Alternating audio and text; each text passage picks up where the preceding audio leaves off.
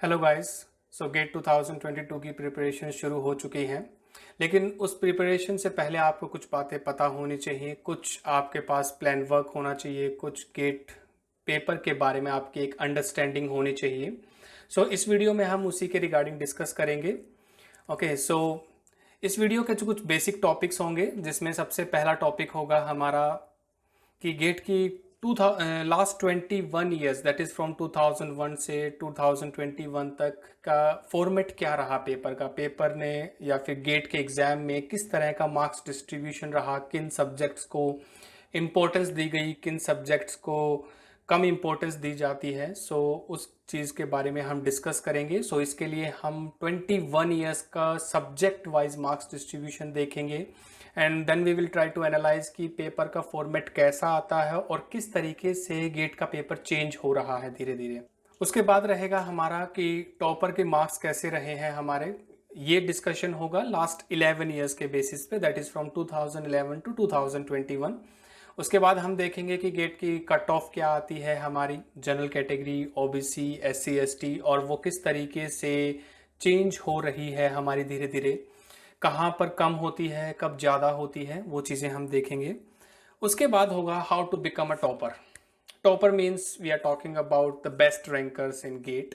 So we will try to understand how you can score so better that you can be a topper also. Okay. The next comes is that if you want to just qualify the gate, तो उसकी क्या strategy आपके पास होनी चाहिए, आपको किस तरीके से तैयारी करनी चाहिए, हम उसका भी जवाब इसी वीडियो में देंगे आपको। और फाइनली आता है कि अगर आप गेट क्रैक कर देते हैं, जो कि गेट 2021 में भी कईयों ने किया है, एंड फॉर दैट कॉन्ग्रेचुलेशंस। सो जिन्होंने भी गेट क्वालिफाई किया है तो उसके बाद उनके पास क्या ऑप्शंस हैं। देखिए, बात है सिंपल कि 16 to 17,000 स्टूडेंट्स गेट देते हैं, जिसमें से अराउंड 20% स्टूडेंट्स क्वालिफाई करते हैं और उसमें से बहुत कम स्टूडेंट्स को पीएसयू मिलता है। ड्रीम सबका रहता है। सो उसके बाद भी आपके पास क्या क्या ऑप्शंस अवेलेबल है, हम उन चीज़ों के बारे में इस वीडियो में डिस्कस करेंगे। Okay, so now moving on to our first topic which is the marks distribution. तो लास्ट 21 ईयर्स में केमिकल इंजीनियरिंग में किस तरीके का मार्क्स डिस्ट्रीब्यूशन रहा सब्जेक्ट वाइज, उस चीज़ को हम समझने की कोशिश करते हैं। किस तरीके से चीज़ें चेंज होती हैं गेट एग्ज़ाम में, ये भी बात हम देखेंगे। सो हमारे पास बेसिकली 12 सब्जेक्ट्स होते हैं, mathematics, then aptitude, then mass transfer, heat transfer, fluid flow, CRE, thermo, PDC that is process dynamics and control, then economics, CT, MO, then CPC, and yeah, that's it. That's the 12 subjects that we have in our chemical engineering. So शुरू में हम discuss करते हैं 2001 से 2010 के marks distribution को। आप देख सकते हैं यहाँ इनिशियल ईयर्स में हमारे पास एग्जाम अप्रॉक्सीमेटली 175 मार्क्स का था। उसके बाद इस पेपर को 150 मार्क्स में कन्वर्ट किया गया और finally in 2009 it get converted to 100 marks. और 2010 में फर्स्ट टाइम एप्टीट्यूड को इन्वॉल्व किया गया था, जनरल एप्टीट्यूड को फर्स्ट टाइम गेट में 2010 में इन्वॉल्व किया गया था। इसमें अगर आप देखेंगे तो बेसिकली आपको जो 20 प्लस या 15 प्लस मार्क्स डिस्ट्रीब्यूशन है वो फ्लूइड फ्लो का, हीट का, मास ट्रांसफर का, CRE, okay, then we have thermo is also one of the subjects but not that much important. ये अब आप आगे देखेंगे क्योंकि देखिए धीरे धीरे पेपर का पैटर्न बदलता है। ओके, हम बेसिकली जब अंडरस्टैंडिंग लेते हैं किसी भी एग्जाम की तो वो अंडरस्टैंडिंग ली जाती है लास्ट 10 ईयर्स पे। यहाँ सिर्फ आपको ये बताने के लिए दिखाया गया है कि सब्जेक्ट्स में कोई चेंज नहीं आया है, कोई नया सब्जेक्ट इन्वॉल्व नहीं हुआ है और हमने 2009 में फर्स्ट टाइम 100 मार्क्स का पेपर देखा था। 2010 में फर्स्ट टाइम एप्टीट्यूड को इन्वॉल्व किया गया था और उस वक्त तक भी इंपॉर्टेंट सब्जेक्ट्स हमारे fluid flow, heat, mass transfer, CRE रहे थे। उसके अलावा ये बाकी माइनर सब्जेक्ट्स में काउंट किया जाता है बाकी सब्जेक्ट्स को। Now moving on to the marks distribution from 2011 to 2021, ये बहुत ही इंपॉर्टेंट है। इसमें जब मैंने बहुत ध्यान से हर एक का मार्क्स डिस्ट्रीब्यूशन देखा तो मुझे कुछ बातें समझ आई, वही चीज़ें मैं आपसे शेयर करना चाहता हूँ। सबसे पहली चीज़ जो देखने वाली है वो नॉर्मली ये है कि आप 2011 से 2021 में एक पैटर्न है जो इंस्टीट्यूट्स एग्ज़ाम कंडक्ट करते हैं, उनका एक पैटर्न है, that is IIT Madras, then Delhi, then Bombay, Kharagpur, Kanpur, ISC Bangalore, Roorkee, Guwahati. Then it will repeat again. So again it's IIT Madras, Delhi and Bombay. So first thing is that GATE 2021 will be organized by IIT Kharagpur according to this pattern. और अगर आप 2001 से भी अगर calculate करेंगे तो भी आपको यही दिखेगा कि साइकिल ऐसे ही चलती रही है। बस IIT रुड़की को इन्वॉल्व किया गया था आफ्टर 2010, ओके, क्योंकि उससे पहले ये IITs को IIT का दर्जा भी इसे अप्रोक्सीमेटली 2001 या 2002 में मिला था। ओके, सो बेसिकली बट बाकी IITs में इस बार अगर आप इन IITs को देखेंगे तो 2022 का पेपर IIT खड़गपुर ऑर्गेनाइज करने वाली है। ओके, नाउ इसमें सबसे पहली चीज़ मैथ्स प्लस FT आपका नॉर्मली वही 15 मार्क्स एंड 12 to 13 मार्क्स रहा है, और बाद में इस 13 मार्क्स को मैथ्स के 13 मार्क्स को फाइनलाइज कर दिया गया था 19, 20, 21 में। इन्होंने हमेशा 13 मार्क्स कंट्रीब्यूट किए हैं मैथ्स ने, और जो आपके पास जनरल एप्टीट्यूड रहा वो 15 मार्क्स 15 मार्क्स 15 मार्क्स रहा है हमेशा। उसके बाद जब आप देखेंगे तो fluid flow one of the important subject, because इनका अगर आप कंट्रीब्यूशन देखेंगे तो मेनली इन्होंने 10 मार्क्स से ज़्यादा ही कंट्रीब्यूट किया है हमेशा। वैसे ही heat transfer almost 8 to 10 marks रहा है, लेकिन ये one of the important subject है हमारा। Mass transfer is an important, CR is the most important subject. CRE एक तरीके से कोर सब्जेक्ट है हमारा, इसको कोई नहीं पढ़ता। हीट को कोई ना कोई पढ़ रहा होगा, मास को कोई नहीं पढ़ता, sorry. So heat, fluid flow, ये वन ऑफ द सब्जेक्ट्स हैं जिसको मैकेनिकल वाले भी पढ़ते हैं अपने साथ। ओके, थर्मोडायनेमिक्स भी मैकेनिकल वालों के पास है। उसके अलावा कुछ हमारे कोर सब्जेक्ट्स हैं। इकोनॉमिक्स एकदम हटके है, केमिकल इंजीनियरिंग की स्ट्रीम में प्रॉपरली नहीं काउंट होता, मतलब कुछ चेंजेस हैं। कुछ जगह पे दिखेगा कि इकोनॉमिक्स और केमिकल को आप एक साथ रख सकते हैं, लेकिन कुछ जगह पे आप उनको एक साथ नहीं रख सकते। सो एकदम हटके है ये। अगर किसी को केमिकल नहीं भी आती है तो भी वो इकोनॉमिक्स के क्वेश्चन सॉल्व कर सकता है। Then we have process calculation which is the main subject, जो कि आप केमिकल इंजीनियरिंग शुरुआत करने से पहले सबसे पहले आप यही सब्जेक्ट पढ़ते हैं, और ये एक इम्पोर्टेंट सब्जेक्ट भी है। अब जो चीज़ें मैं आपके साथ शेयर करना चाहता था इस पेपर में वो ये, इस पूरी मार्क्स डिस्ट्रीब्यूशन में जो सबसे इम्पोर्टेंट चीज़ थी जो गौर करने वाली है वो ये है कि जब भी किसी सब्जेक्ट को एक, देखिए आप ये जानते हैं फ्लूइड फ्लो, मास ट्रांसफ़र, हीट ट्रांसफ़र, CRE, ये इंपॉर्टेंट सब्जेक्ट्स हैं हमारे, तो नॉर्मली इनका कंट्रीब्यूशन 10 या 10 से ज़्यादा होना चाहिए। तो आप ध्यान से देखिए, जैसे मान लीजिए मैं फ्लूइड फ्लो की बात करता हूँ। Fluid flow normally first year में 13 मार्क्स रहा, 10 रहा, 13, 10, इट्स ओके। जैसे ही 10 से सिंगल डिजिट गया, इसका मार्क्स एकदम से एक्स्ट्रा हो गया। 9 के बाद सीधा इसने 15 मार्क्स कॉन्ट्रीब्यूट किए। फिर ये नॉर्मल चला 12, 15, देन अगेन जैसे ही 8 गया, इसके फिर से मार्क्स को जंप करवाया गया मेंटेन करने के लिए मार्क्स डिस्ट्रीब्यूशन का।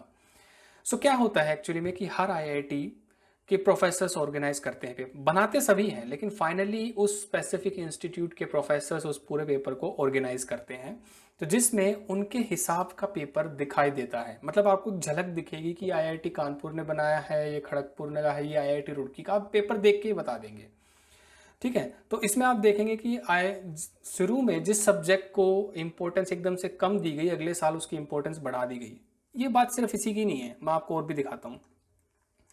फॉर एग्जाम्पल आप मास ट्रांसफ़र लीजिए, शुरू में सब सही चल रहा था इसका 13, जैसे ही 8 आया उसको फिर से इंपॉर्टेंस वापस दी गई, क्योंकि अगर एक बार घटा दिया गया तो अगली बार फिर उसको बढ़ाया गया, लेकिन उसकी जगह पे जैसे ही इसके 8 मार्क्स हुए, फ्लूइड फ्लो को उस वक्त इंपॉर्टेंस दी गई थी।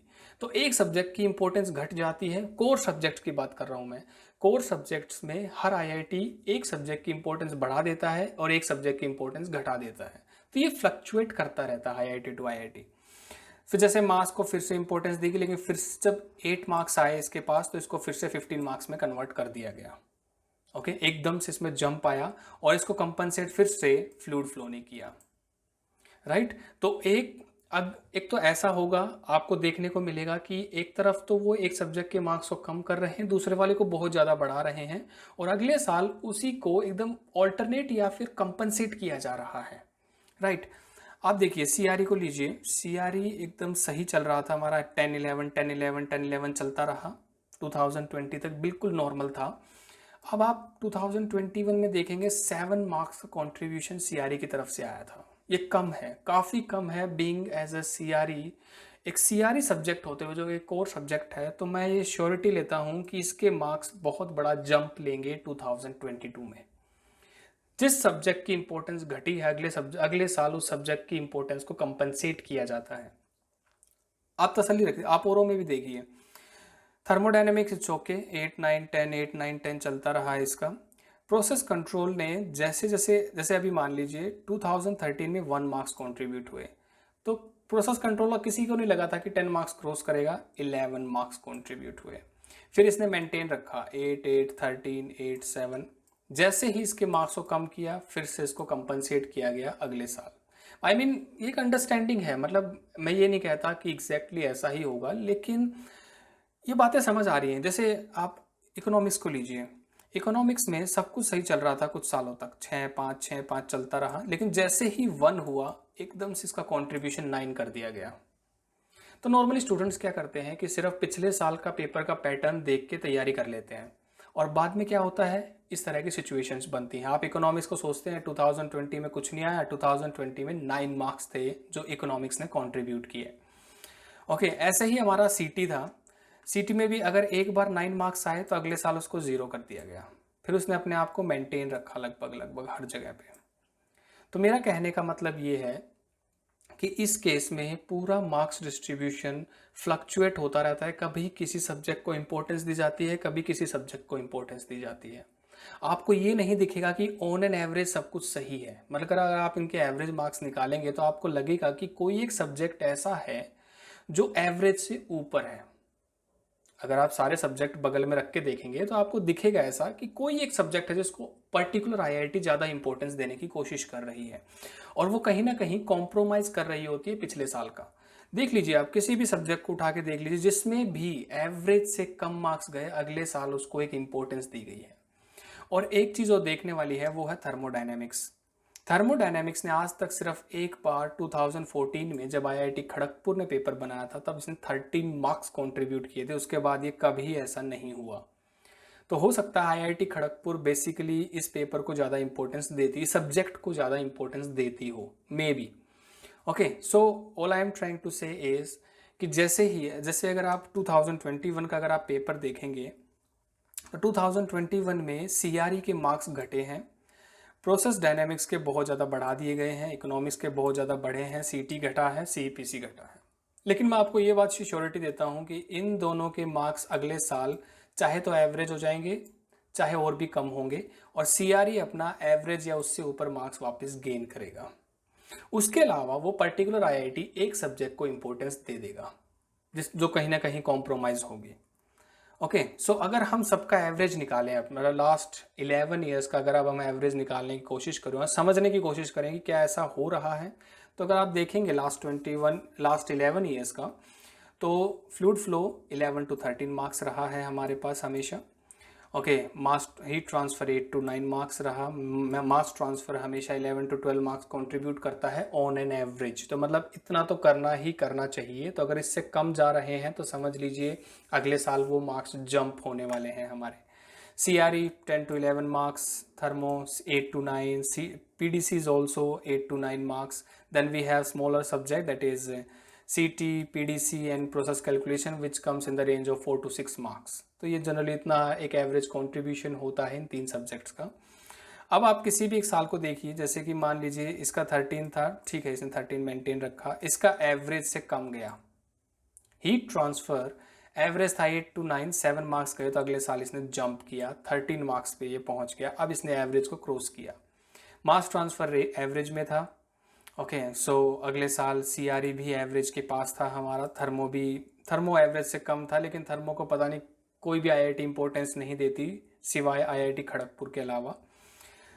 So process dynamics control average में था हमारे पास, सीटी 5 to 6 एवरेज के पास ही है हमारा। इकोनॉमिक्स हमारा 8 मार्क्स हद से थोड़ा ज़्यादा था, इसलिए उसको अगले साल कम कर दिया गया, एवरेज से भी कम चला गया वो। तो एक एवरेज से ज़्यादा जा रहा है, एक एवरेज से कम जा रहा है, बाकी एवरेज में रह रहे हैं हमारे सब्जेक्ट। ये हर किसी के साथ हो रहा है हमारा। अब अगले साल देख लीजिए, अगले साल फ्लूइड फ्लो को कम दिया गया तो अगले साल उसको फिर एवरेज कर दिया गया। हीट ट्रांसफर को कम किया गया क्योंकि उसको पिछले साल ज़्यादा इंपॉर्टेंस मिली थी, इस साल फिर कम कर दिया। तो ये कम ज़्यादा वाला सिस्टम हर जगह हो रहा है। आप कोई ना कोई ऐसा सब्जेक्ट, जैसे यहाँ पे इन्होंने फ्लूइड फ्लो को कम दिया, मास ट्रांसफर को बहुत ज़्यादा कर दिया, तो अगले साल इन्होंने फ्लूइड फ्लो की इंपॉर्टेंस को बढ़ा के 14 मार्क्स तक लेके चले गए यार इसकी इंपॉर्टेंस को। वहीं पे मास ने फिर भी मेंटेन रखा, लेकिन उसकी जगह पे इन्होंने प्लांट डिज़ाइन इकोनॉमिक्स से इसको कंपनसेट करवाया। तो कहने का मतलब ओवरऑल आप बात समझ चुके हैं कि नॉर्मली कोई एक सब्जेक्ट एवरेज से ऊपर जाएगा, वो डिपेंड करता है कि कोई भी आईआईटी किस सब्जेक्ट को ज़्यादा इंपॉर्टेंस देना चाहती है, लेकिन कोई ना कोई सब्जेक्ट ऐसा होगा जिसको वो पर्टिकुलर आईआईटी इंपॉर्टेंस दे रही होगी हद से ज़्यादा। ओके, और ये भी होने की संभावना है कि जैसे उसने पिछले साल जितनी इंपॉर्टेंस दी उस सब्जेक्ट को इस साल दे, ये ज़रूरी नहीं है। जैसे आईआईटी मद्रास ने फ्लूइड फ्लो को 13 दिए, अगली बार उसने 8 मार्क्स कर दिए, उसकी इंपॉर्टेंस को घटा दिया। वहीं पे हीट ट्रांसफ़र 7 था, उसको 10 कर दिया इन्होंने। मास ट्रांसफ़र को लगभग उतना एवरेज के आसपास ही रखने की कोशिश की, सीआरई को एवरेज के आसपास रखने की कोशिश की, लेकिन इन्होंने इकोनॉमिक्स को बहुत ज़्यादा मार्क्स दिए, तो अगली बार इन्होंने उसके मार्क्स घटा दिए। तो फ्लूइड के बढ़ाए हुए घटाए इन्होंने, इकोनॉमिक्स को बढ़ाए हुए मार्क्स को जो एवरेज से भी ज़्यादा थे उसके मार्क्स को अगली बार घटा दिया इन्होंने, सॉरी एवरेज पे ले आए 4 मार्क्स पे। ऐसे ही आईआईटी दिल्ली में देखिए आप, फ्लूइड फ्लो 10 मार्क्स था, एवरेज से कम था, उसको 14 मार्क्स पे लेके आए। हीट ट्रांसफ़र 13 हद से ज़्यादा था, उसको एवरेज में लेके आइए। मास ट्रांसफ़र बहुत कम था, उसको बहुत ज़्यादा कर दिया गया कंपनसेट। तो एक पैटर्न सा बन रहा है कि जिन जिन आईआईटीज़ ने जिन जिन सब्जेक्ट को पिछली बार इंपॉर्टेंस दी, अगली बार उसकी इंपॉर्टेंस को घटा दिया गया थोड़ा सा, जिसकी कम दी गई उसको बढ़ा दिया गया। उसी आईआईटी की बात कर रहा हूँ मैं। तो इसका आप बाकी सब्जेक्ट को लगभग उतना ही रखा है इन्होंने। अब आईआईटी दिल्ली ने अगर इसकी मार्क्स को कम किया तो अगली बार इसको कंपनसेट करेगी किसी न किसी तरीके से। So all I am trying to say, major subject में तो ये ट्यूनिंग बहुत अच्छे से देखने को मिल सकती है। छोटे सब्जेक्ट की गारंटी नहीं लेता मैं, लेकिन बड़े सब्जेक्ट जो फ्लूइड फ्लो, हीट, मास, सीआरई, पीडीसी, जो ये सब्जेक्ट है हमारे, इनकी इंपॉर्टेंस घटी है। जैसे अभी आप 2013 का पेपर देखिए, 2013 में fluid flow 13 marks, okay it was 11 marks. फिर हीट ट्रांसफर 5 हद से कम हुए तो इसको ये एवरेज में लेके आए। इन्होंने मास को बराबर रखा, मास ट्रांसफर अभी भी उतना ही है। सीआरई की वैल्यू को घटा दिया गया, ऑल्दो ये एवरेज में था, लेकिन इन्होंने इसको कंपनसेट कहाँ पे किया? इन्होंने कंपनसेट किया प्रोसेस डायनेमिक्स एंड कंट्रोल में। 1 मार्क्स से सीधा 11 मार्क्स, अनएक्सपेक्टेड था। मतलब कोई नहीं मान रहा था कि process dynamics and control 11 marks तक पहुंच सकता है। एवरेज से बहुत ज़्यादा है ये, 2-3 मार्क्स की बात कर रहे हैं हम एवरेज से ज़्यादा। तो that's what I am trying to say कि आईआईटीज़ के बीच में एक पैटर्न देखने को मिला है कि जिस भी सब्जेक्ट को उन्होंने कम इंपॉर्टेंस दी, अगली बार उसकी इंपॉर्टेंस को बढ़ा दिया गया, जिसकी बढ़ी हुई उसको घटा दिया गया, और कोई एक नई और चीज़ ऐड कर दी। किसी एक और सब्जेक्ट को फिर से मिनिमाइज कर, 2 को कंपनसेट किया, तीसरे को एक नया रोल दे दिया इन्होंने। तो वही चीज़ इसमें देखने को मिल रही है हमें। जैसे इन्होंने प्रोसेस कंट्रोल को 9 मार्क्स दिए आईआईटी बॉम्बे ने, इस बार उन्होंने एवरेज से भी कम कर दिया, 3 मार्क्स कर दिए इन्होंने, राइट। तो इसी तरीके से अगर आप आईआईटी खड़गपुर देखते हैं, 12 is okay, 15 is okay. Fluid flow 10 marks average से कम है, इसकी पॉसिबिलिटी है कि इस बार इसके मार्क्स बढ़ेंगे, ये ज़्यादा कॉन्ट्रीब्यूट करेगा। हीट ट्रांसफर कम है, ये भी ज़्यादा कॉन्ट्रीब्यूट करेगा। Mass is okay, 10 marks is fine. CRE 10 is okay, so वो हो सकता है कि लगभग उतने ही मार्क्स रखे, लेकिन थर्मोडायनेमिक्स के मार्क्स बहुत ज़्यादा हैं। तो इस बार क्योंकि 8 to 9 है इसका एवरेज और इसके 13 मार्क्स हैं, तो हो सकता है खड़गपुर इस बार थर्मोडायनेमिक्स के मार्क्स को कम करके फ्लूइड फ्लो और हमारे हीट ट्रांसफर में इसको कंट्रीब्यूट करने की कोशिश करें। उसके अलावा बाकी मार्क्स कंट्रीब्यूशन ठीक है। प्रोसेस कंट्रोल को इन्होंने कोई कंट्रीब्यूशन नहीं था प्रोसेस कंट्रोल से, तो इस बार इसमें प्रोसेस कंट्रोल से भी क्वेश्चंस अच्छी क्वांटिटी में आ सकते हैं। ओके, सो ये एक बेसिक अंडरस्टैंडिंग है, मतलब समझने वाली बात ये कि आप एवरेज के हिसाब से तो तैयारी जरूर कर लेना, एवरेज के हिसाब से ज़रूर तैयारी कीजिए, लेकिन उसके अलावा जितने भी ये फ्लक्चुएशंस आए हैं कि किसी सब्जेक्ट को कम इंपॉर्टेंस दी गई, अगली बार उसकी वैल्यू बढ़ा दी गई, जिसकी ज़्यादा थी उसकी वैल्यू कम की गई, ये हर केस में है। आप 2011, 12, 13 को 19, 20, 21 से कंपेयर करके देखना, आपको तीनों केसेस में ऐसा महसूस होगा कि किसी सब्जेक्ट को कम मिली है, उसको बढ़ा दिया गया है। ओके, तो ये एक एनालिसिस होती है जो आपके पेपर की प्रिपरेशन स्ट्रेटेजी में मदद करेगी कि आपको किस तरीके से तैयारी करनी है, किस सब्जेक्ट को इंपॉर्टेंस देनी है। मान लीजिए मान लीजिए आप थर्मोडायनेमिक्स में वीक है फॉर एग्जांपल, लेकिन ये पैटर्न ये बोलता है कि थर्मो ने 2014 में 13 मार्क्स कंट्रीब्यूट किए जो बहुत ज़्यादा थे, तो हो सकता है इस वक्त आईआईटी खड़गपुर इसको घटाए, और ऑलरेडी मैं वीक भी हूँ, so better I should prepare for other subjects, I won't be in major loss. कुछ लोग कैसे तैयारी करते हैं कि अच्छा पिछली बार उसने ऐसा पेपर बनाया तो अब की बार भी ऐसा पेपर बनाएगा, ऐसा कभी नहीं हुआ है। 2011, 12, 13 को 19, 20, 21 से कंपेयर करके देखना, इंडिविजुअली रिस्पेक्टिवली कंपेयर करके देखना, आपको दिखेगा कि उन्होंने अपने पेपर को बदलने की कोशिश की है। ओके, सो आप कभी भी सिर्फ एक साल का पेपर देख के तैयारी ना करें, सभी पेपर्स के कंट्रीब्यूशन को ध्यान में रख के आप तैयारी करें कि अब मुझे किस सब्जेक्ट को ज़्यादा इंपॉर्टेंस देनी है, किस सब्जेक्ट को कम इंपॉर्टेंस देनी है। ओके, सो ये आपकी स्ट्रेटेजी इस केस में होनी चाहिए। सो अब हम मूव ऑन करते हैं नेक्स्ट टॉपिक पे, जो है हमारा गेट कट ऑफ 2011 से 2021 के बीच, जिसमें हमारे पास होगा जनरल कैटेगरी में क्या कट ऑफ है, ओबीसी और एससी एसटी में। सो जब आप कट ऑफ देखेंगे तो बेसिकली कट ऑफ हमारी 30 मार्क्स से ज़्यादा ही रही है हमारी मेजर ऑफ द केसेस में। So out of 11 8 times cut off हमारी मोर देन 30 मार्क्स गई है, जिसमें से एक बार 40 मार्क्स भी गई 2017 में जब आईआईटी रुड़की ने एग्ज़ाम कंडक्ट किया। ओके, सो 2017 का पेपर बहुत इजी था इन द फॉर्म कि वो फॉर्मूला बेस्ड और मेमोरी बेस्ड था, इसलिए हाईएस्ट मार्क्स बहुत ज़्यादा गए और कट ऑफ भी ज़्यादा गई थी इसकी। So while you are preparing, so for the time being GATE 2022 के लिए आप 2017 के पेपर फॉर्मेट को अगर इग्नोर कर भी दें तो भी आपके मार्क्स पे कोई फ़र्क नहीं पड़ेगा।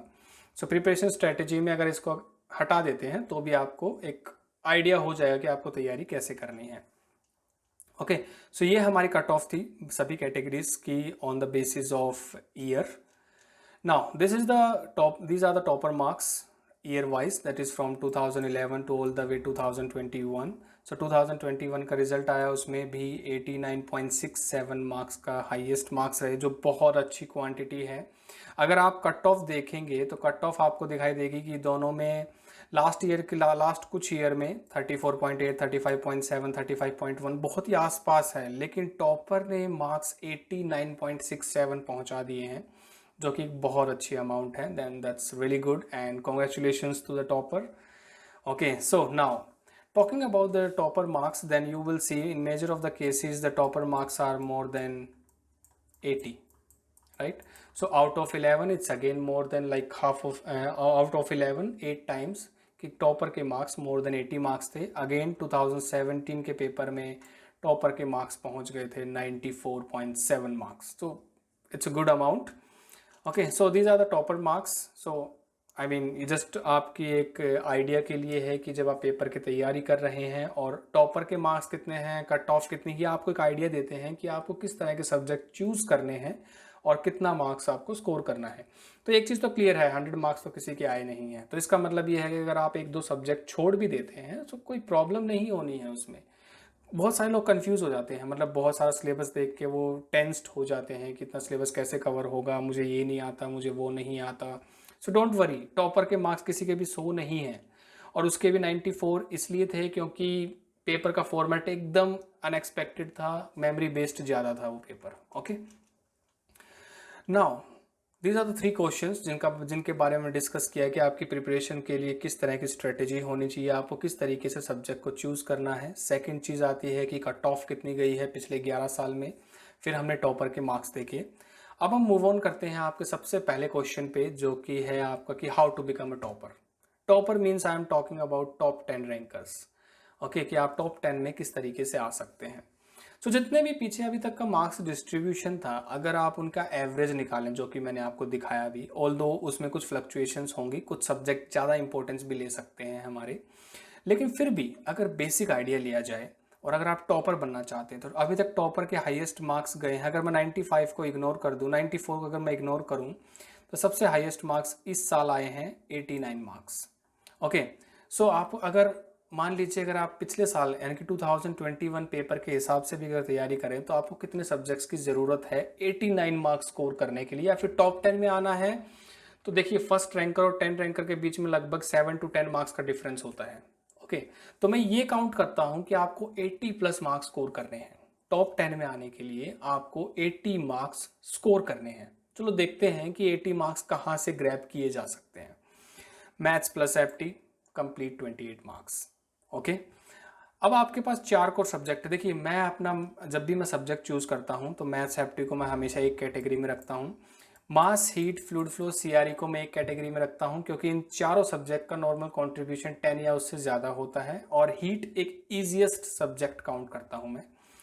थर्मो एंड पीडीसी बहुत ही फ्लक्चुएटिंग है, कभी ज़्यादा कंट्रीब्यूट कर देते हैं, कभी बिल्कुल भी कंट्रीब्यूट नहीं करते, तो इसकी एक थर्ड कैटेगरी काउंट होती है। फोर्थ है हमारी सीटी इकोनॉमिक्स एंड सीपीसी, ये बहुत ही छोटे सब्जेक्ट हैं इसलिए इनको एक अलग कैटेगरी में रखा गया है। इसमें एक मैकेनिकल ऑपरेशन भी है, मैंने उसको फ्लूइड फ्लो में ही काउंट कर लिया है। Okay, now talking about the marks distribution, so maths plus aptitude 28 marks contribute करता है। अब अगर आप टॉपर होना चाहते हैं तो जायज़ सी बात है आपको लगभग सब्जेक्ट्स पे कमांड होगी। तो अगर आपके ये 4 सब्जेक्ट एक कैटेगरी में आते हैं तो ये 40 से 45 मार्क्स कंट्रीब्यूट करते हैं। तो टेक्निकली देखा जाए तो आपने, अगर मैं इन सबको काउंट करूं तो आप लगभग 70 क्रॉस कर चुके हैं, राइट। आप 70 के करीब पहुंच चुके हैं और आपको 80 मार्क्स क्रॉस करने हैं। आप 70 पहुंच चुके हैं, ये मिनिमम दिखाया है मैंने आपको। 40, 45 से 50 भी पहुंच सकता है ये, लेकिन फिर भी मैं कहता हूं कि आप 70 के करीब पहुंच गए।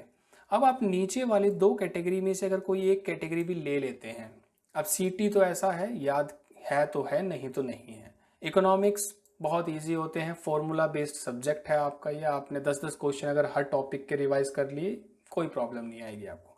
इवन अगर आप गेट के क्वेश्चंस भी सॉल्व कर लेते हैं तो भी इकोनॉमिक्स आपके लिए कुछ नहीं रहेगा। सीपीसी, अगर आपको मास हीट फ्लूइड फ्लो सीआरई जैसे सब्जेक्ट आते हैं तो सीपीसी आपके लिए कुछ भी नहीं है। तो इसका मतलब 15 मार्क्स यहाँ से इजीली स्कोर किए जा सकते हैं। तो अगर आप थर्मो पीडीसी या किसी भी सब्जेक्ट में वीक हैं तो भी अगर 68 + 50 हो गए 83 मार्क्स, तो आपने मिनिमम टू मिनिमम 83 के अप्रॉक्सीमेटली यानी कि 80+ मार्क्स आप स्कोर कर चुके हो मिनिमम। तो अगर आप 2 मेजर सब्जेक्ट थर्मो और पीडीसी जैसे सब्जेक्ट अगर आप छोड़ भी देते हैं तो भी आप टॉप 10 में होंगे। ओके, उसके बाद अगर आपने 12 के 12 सब्जेक्ट किए हैं दैट इज़ गुड, क्योंकि कभी कभी क्या होता है कि भाई कुछ लोग एप्टीट्यूड में ये मानते हैं कि इंग्लिश वीक है, तो कोई बात नहीं, पीडीसी को काउंट कर लो उसकी जगह पे, राइट। तो इस तरीके से आप उनको अप डाउन करके आप अपने ओवरऑल मार्क्स देख सकते हैं कि आप किन 4 कैटेगरी में से अगर 3 कैटेगरीज ले लेते हैं कम्प्लीटली तो आप टॉप 10 रैंकर्स होंगे, कंफर्म्ड टॉप 10 रैंकर्स होंगे, कोई डाउट नहीं है। तो अगर, तो इससे एक बात ये भी सामने आती है कि अगर आप 1-2 सब्जेक्ट छोड़ देते हैं ना, उससे कोई फ़र्क नहीं पड़ेगा आपके टॉप 10 रैंकिंग में। ओके, सो ये था आपका कि अगर आपको टॉपर बनना है तो आपको ये बात पता होनी चाहिए सबसे पहले कि सारे सब्जेक्ट होने कोई ज़रूरी नहीं होते, आपके सब्जेक्ट बेस्ट प्रिपेयर्ड होने चाहिए। आपने बेहतरीन तरीके से उनको प्रिपेयर किया हो, अगर आपके पास इतना भी है then you will be the topper of GATE 2022। Okay, that's is in top 10 ranking, that's what I am talking about. अब बात करते हैं उन स्टूडेंट्स की जो, क्योंकि भाई अगर एक टॉपर है तो एक क्लास में सबसे नीचे भी रहेगा, जाहिर सी बात है, तो सब तरीके से देखना पड़ता है। तो मान लीजिए कुछ स्टूडेंट्स अगर ऐसे हैं जिनको लगता है कि उन्होंने कभी भी कोर सब्जेक्ट पे कमांड गेन नहीं की और फिर भी उनको गेट क्वालिफाई करना उनके लिए मैंडेटरी हो गया है, तो कैसे किया जाए बिना कोर सब्जेक्ट्स को हाथ लगाए बिना। ओके, सो उसके लिए जवाब ये है कि सबसे पहला है आपके पास मैथ्स प्लस एप्टीट्यूड। ये वो सब्जेक्ट्स हैं, अगर आप इंजीनियर हैं, आपने इंजीनियरिंग की है, आपने बीटेक की है, तो ऑब्वियस सी बात है आपको मैथ्स तो आती ही होगी। अब आपके पास अपकमिंग काफ़ी सारा वक्त है आपके पास, आप एप्टीट्यूड को भी सुधार सकते हैं। अगर आप मान लीजिए कैट की तैयारी कर रहे हैं तो एप्टीट्यूड, तो ये वाला एप्टीट्यूड एकदम बच्चों जैसा हो जाएगा आपके लिए, राइट। उसके बाद चलो मान लिए कि मैं आपके कोर सब्जेक्ट्स को हाथ नहीं लगाता दोनों को और मैं छोटे सब्जेक्ट्स को चुनता हूँ। सीटी मेमोरी बेस्ड है, आपको याद है याद है, नहीं तो कुछ नहीं हो सकता। इकोनॉमिक्स केमिकल से उसका कोई खास लेना देना नहीं है, ऑल्दो हम बोलते हैं कि इकोनॉमिक्स को हमने केमिकल इंजीनियरिंग से कनेक्ट करने की कोशिश की है, क्योंकि हम एग्जाम्पल्स केमिकल इंजीनियरिंग के लेते हैं, बट अपने आप में इकोनॉमिक्स ऑल अबाउट फॉर्मूलाज। आपको simple interest, compound interest, year interest, quarterly interest, compound, वो आपको इनफाइनाइट इंटरेस्ट, ऐसे बहुत सारी चीज़ें, टर्मिनोलॉजीज होते हैं, डेप्रिशिएशन और दोस्त हैं, वो डेफिनेशंस होती हैं, फॉर्मूलेज होते हैं, पता है तो आप कर देंगे। और एक हो गया आपका सीपीसी। अब मैं इतना भी तो मानूंगा कि आपने इतने सारे सब्जेक्ट में से कोई एक आधा तो आपको आता ही होगा, कुछ फॉर्मूलेज तो आते ही होंगे, या फिर अगर आप गेट के सारे क्वेश्चन सॉल्व कर लेते हैं तो भी इस बात की श्योरिटी है कि आप इसमें से भी कम से कम 2-3 क्वेश्चन तो अटैम्प्ट कर देंगे। और नहीं भी कर पाते तो भी 28 + 15 होते हैं 43 मार्क्स। 43 है ना, हाँ, इट्स 43 मार्क्स। अब आप 43 में कट ऑफ देखिए, क्लियर, ये भी clear, clear, clear, clear, clear, इसको छोड़ दीजिए, क्लियर, क्लियर, क्लियर, क्लियर। तो आउट ऑफ 11 10 टाइम्स आपने क्रैक कर दिया है गेट बिना कोर सब्जेक्ट्स को हाथ लगाए बिना, राइट। आपने कोर सब्जेक्ट्स की तैयारी नहीं की लेकिन तब भी आपने गेट 2022 का पेपर क्रैक कर दिया है, जस्ट आप ये सब्जेक्ट्स अगर चुन लेते हैं तो, राइट। सो मैथ्स प्लस एप्टीट्यूड प्लस सीटी इकोनॉमिक्स एंड सीपीसी, ये तीनों सब्जेक्ट बहुत ही छोटे छोटे सब्जेक्ट हैं और ये आपके लिए सफिशियंट हैं गेट को क्वालिफाई करने के लिए। सो अब आपको ये पता है कि टॉपर होने के लिए आपको किन सब्जेक्ट्स को अगर आप छोड़ दें तो भी नुकसान नहीं है, और अगर आप सिर्फ क्वालिफाई करना चाहते हैं तो आप बिना कोर सब्जेक्ट्स के भी गेट को क्वालिफाई कर सकते हैं। और इन सब में एक चीज़ कॉमन रहेगी, दोनों केसेस में आपको 1987 से 2021 के क्वेश्चन पेपर सॉल्व करने होंगे। ओके, ये एक स्ट्रेटेजी आपको बनानी है, उसके लिए हम एक सेपरेट वीडियो लेके आएंगे कि आपको कब पुराने क्वेश्चन सॉल्व करने चाहिए, कब आपको लेटेस्ट या फिर लास्ट 10 ईयर्स के क्वेश्चन सॉल्व करने चाहिए, उसके लिए एक सेपरेट वीडियो लॉन्च होगी। Okay, but for the time being आपको 1987 से 2001 के सभी क्वेश्चन सॉल्व करने हैं। 2021, यस। ओके, सो 2021 तक आप कंप्लीटली प्रिपेयर कीजिए, अपना सारे क्वेश्चन सॉल्व कर दीजिए और आप ये 5 क्वेश्चन कर लीजिए, आप कम से कम 50 मार्क्स क्रॉस कर जाएंगे। कुछ ज़्यादा मेहनत ही नहीं करनी इसमें आपको। ओके, सो ये थे आपके कि आपको किस तरीके से गेट को क्वालिफाई करना है। सो अब उस आगे बढ़े उससे पहले मैं आपको 3 वीडियोस से और इंट्रोड्यूस करवाना चाहूँगा। ये 3 वीडियोस हमारे चैनल पे अवेलेबल हैं। अगर आप गेट बुक्स को ढूंढ रहे हैं तो 5 मोस्ट रिकमेंडेड गेट बुक्स, हमने उसके लिए एक सेपरेट वीडियो बनाई थी बिफोर गेट 2021, और वो बुक्स अभी भी एलिजिबल हैं। इट्स ऑल अबाउट वो गेट, उसमें एक एक्स्ट्रा ईयर का पेपर ऐड हो जाएगा और वो फिर से आपके लिए एलिजिबल हो जाएगी। हमने अपने खुद के भी हैंड रिटन नोट्स लिखे हैं। वो handwritten notes actually 2 category में डिवाइडेड हैं। सो हमने जब मैंने फर्स्ट टाइम प्रिपेयर किया, मैंने 600 रैंक को स्कोर किया था, राइट। उसके बाद 255 रैंक स्कोर की। So on that basis, like इतनी सारी प्रिपरेशंस की मैंने पिछले 7-8 साल में, बहुत सारे नोट्स बनाए, उनको मैंने फ़िल्टर किया बहुत सारी बुक से, फाइनली वो एक नोटबुक में आए। उसके बाद उन डिटेल्ड नोट्स को भी मैंने क्विक रिवीजन नोट्स में कन्वर्ट किया ताकि मैं उस सब्जेक्ट को with in half and 45 minutes में मैं उसको रिवाइज कर सकूं। So notebook will take 2-3 hours but the quick revision notes will not even take half an hour. So मैंने उस बेसिस पे अपने शॉर्ट नोट्स भी बनाए हैं। अगर आप एक्सेस करना चाहें तो उसका लिंक भी डिस्क्रिप्शन बॉक्स में अवेलेबल है और इन वीडियोस का लिंक भी वहीं पे अवेलेबल होगा। अगर आप अभी शुरू के कुछ ईयर्स में हैं, first year, second, third year, तो आप अभी इंडिविजुअल सब्जेक्ट्स भी पढ़ रहे होंगे। तो अगर आप उनकी बुक्स एक्सेस करना चाहते हैं कि एक पर्टिकुलर सब्जेक्ट की कौन कौन सी बुक्स जनरली अवेलेबल हैं, किस तरह की बुक्स रिकमेंड की जाती हैं, तो उसके लिए भी हमने एक सेपरेट वीडियो बनाई है। Now moving on to one of the most important part which is like आपने गेट क्वालिफाई कर दिया है, सो व्हाट आफ्टर गेट। आपके पास ऑप्शंस कौन कौन से होते हैं, आप कहाँ कहाँ जा सकते हैं, आप अपने गेट स्कोर को कहाँ कहाँ यूज़ कर सकते हैं। सबसे पहला ऑप्शन ऑब्वियसली, सब जो भी इंसान गेट की तैयारी करता है, खासकर जो अच्छे स्कोर करना चाहता है, उसका सबसे पहले टारगेट है PSU, public sector undertaking, IUCL, BPCL, ONGC, GAIL and all those places. So we have number of organized institutes, we have government institutes that people want to apply for. तो सबसे पहला टारगेट एक high ranker का यही रहेगा कि उसे PSU में जॉब मिले, जिसमें महारत्न आपको मोर देन 15 लाख का पैकेज देती हैं। अगर आप नवरत्न में पहुंचते हैं तो वो आपको अराउंड 10 to 15 लाख के बीच फ्लक्चुएट करेगा आपका पैकेज, और अगर आप मिनी रत्न में पहुंचते हैं तो भी आपका पैकेज 7 to 8 लाख मिनिमम रहेगा। सो ये डिपेंड करता है कि आपका स्कोर कितना अच्छा है। सबसे पहले IUCL, BPCL, ON जैसी सीटें तो ख़त्म हो जाती हैं शुरू में ही। ओके, सो इसकी वजह से शुरू के 200-300 रैंक के जो स्टूडेंट्स हैं वो PSUs को ही अप्लाई करते हैं सबसे पहले, उनमें से मेजोरिटी स्टूडेंट्स को वो मिल भी जाती है। उसके बाद दूसरे जो बाकी स्टूडेंट्स हैं वो अप्लाई करते हैं MTech के लिए IITs में, through a specific portal, I think the name is CCMT I think. So उसके थ्रू आप IITs, NITs, IIITs या फिर IISc में अप्लाई करते हैं मास्टर्स के लिए। सो इस केस में आपको कोई इंटरव्यू नहीं देना होता, ये आपके गेट स्कोर के बेसिस पे आपको शॉर्ट लिस्ट करते हैं और आपको एक सीट अलॉट कर दी जाती है एक स्पेसिफिक IIT या फिर NIT में।